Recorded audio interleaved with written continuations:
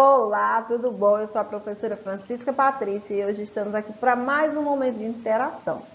Hoje vamos dar continuidade aos nossos conteúdos e vamos falar de sujeito indeterminado. Olha, o sujeito indeterminado, como o próprio nome diz, vai ser aquele sujeito que eu não consigo determinar, ou seja, eu não consigo dizer quem fez aquela ação. Mas, olha aqui um memezinho, eu gosto de trazer memes para nós analisarmos. Então, tá aí o cachorrinho todo simpático. Jogaram bola e quebraram meu vaso. Que sujeito indeterminado? Eu não consigo dizer quem jogou bola, quem quebrou o vaso, não tem como eu especificar quem fez isso, certo? Então, aí neste caso, nós temos um caso de sujeito indeterminado. Porém, antes de darmos continuidade a esse assunto, vamos revisar um pouco os tipos de sujeito, né? Então, olha só, os tipos de sujeito, na verdade, nossas falas, nossas escritas, no geral, nós construímos elas com sujeitos e predicados. No geral, nós vamos ver que há exceções nos próximos vídeos, tá? Mas, no geral, eu organizo com sujeitos e predicados. Coisas ou pessoas de quem eu falo e informações sobre elas. Tá? Então, quando eu digo a professora está dando aula, quem está dando aula? A professora. Então, a professora é o sujeito, está dando aula é o meu predicado, é a minha informação sobre a professora, beleza? Essa é uma explicaçãozinha bem básica, bem simplória mesmo. Vocês já estudaram isso, que é uma revisão. Então, quanto aos tipos de sujeito, nós poderemos classificar esse sujeito tanto em relação à possibilidade de identificar os núcleos dos sujeitos, aqueles sujeitos vão estar escritos nas frases, e tanto em relação à possibilidade de identificação dele quando ele não aparece escrito na frase, quando ele está implícito, não está escrito, mas ele está implícito, certo? Então, nós vamos ver essas duas situações. Então, em relação ao núcleo, que é quando o sujeito está lá escrito claramente no meu texto, eu poderei ter um sujeito simples, que é quando ele tem apenas um único núcleo. Por exemplo, os meninos leram o livro. Quem leu o livro? Meninos. Meninos é o núcleo desse sujeito, ou seja, é a informação principal. O núcleo é o principal do que eu estou falando, certo? Então, especificamente, não estou falando de os, estou falando de meninos. A informação é sobre meninos. Então, aqui tem um único núcleo e o meu sujeito eu classifico como sujeito simples. No sujeito composto, o que é que vai ocorrer? Eu vou poder identificar mais de um núcleo, certo? Na minha frase. Por exemplo, alunos e professores enfrentam as dificuldades do ensino remoto. Quem aqui está enfrentando as dificuldades do ensino remoto? Todos nós, não é verdade? Então, aqui alunos e professores. Então, quem está enfrentando dificuldades? Quais os núcleos desse sujeito? Alunos e também professores.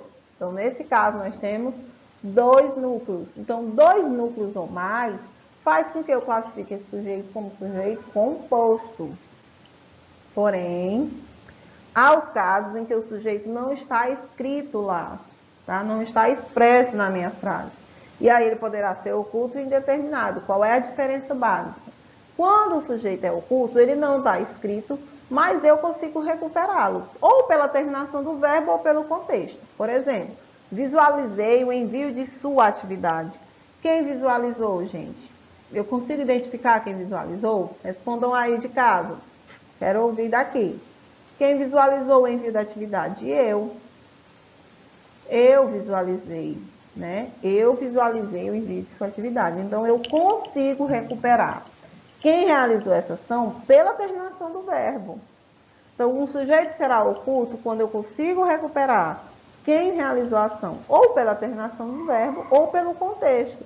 O que é o contexto? As informações que o texto, a tirinha traz, que me fazem identificar esse sujeito.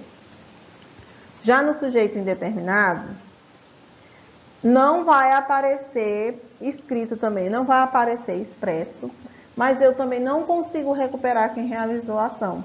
Eu sei que alguém fez a ação, porque existe um sujeito, alguém fez. Só que quando esse sujeito, na minha cabeça, for só alguém, que eu não consigo dizer quem é, aí eu vou dizer que o sujeito é indeterminado. Mas isso nós vamos nos aprofundar mais no nosso próximo vídeo. Hoje é apenas uma revisão dos tipos de sujeito para depois nos aprofundarmos mais, tá certo? Olha só, essa tirinha do Carlos. Ele pergunta lá para o seu amigo, olha, quer ver algo fantástico? Veja, você põe o pão neste buraco, abaixa a alavanca. Então, em poucos minutos, pula uma torrada. E o amigo responde, puxa, onde foi parar o pão? Não sei. Não é fantástico? Então, olha só. Nesse primeiro quadrinho, quando ele diz quer ver algo fantástico, nós vamos ter um sujeito desinencial. O sujeito oculto também pode ser classificado como sujeito desinencial ou ainda como sujeito elíptico, tá bom, querido? Então, olha só. Por que ele é oculto ou desinencial? Porque eu consigo recuperar pelo contexto, ó. Pela tirinha, eu consigo recuperar que ele está se referindo ao personagem. É como se ele estivesse dizendo, ó, você quer ver algo fantástico? Então, esse sujeito aqui é desinencial, porque eu consigo recuperar não pela terminação do verbo, mas pelo contexto. Já aqui, ó, puxa, onde foi parar o pão? Tem um sujeito simples. O pão foi parar onde? O que foi parar onde? O pão. Então, o pão é o meu sujeito. O núcleo aqui é pão, tem só um núcleo, o sujeito é simples. Entendido? Então, só para fixar melhor. O sujeito é simples quando ele tiver um único núcleo, ou seja, uma única expressãozinha da qual eu estou falando. Puxa, onde foi parar o pão? Então, está falando de quem nesse caso? Pão. Um único núcleo, sujeito simples. Agora, se a frase fosse, o menino e o tigre observaram o desaparecimento do pão. Quem observou? O menino e tigre. São eles especificamente que estão observando. Então, eu tenho dois núcleos, ou seja, estou falando de duas pessoas e animais. No caso, o menino e o tigre. Então, aqui nesse caso, o sujeito é o quê? Composto.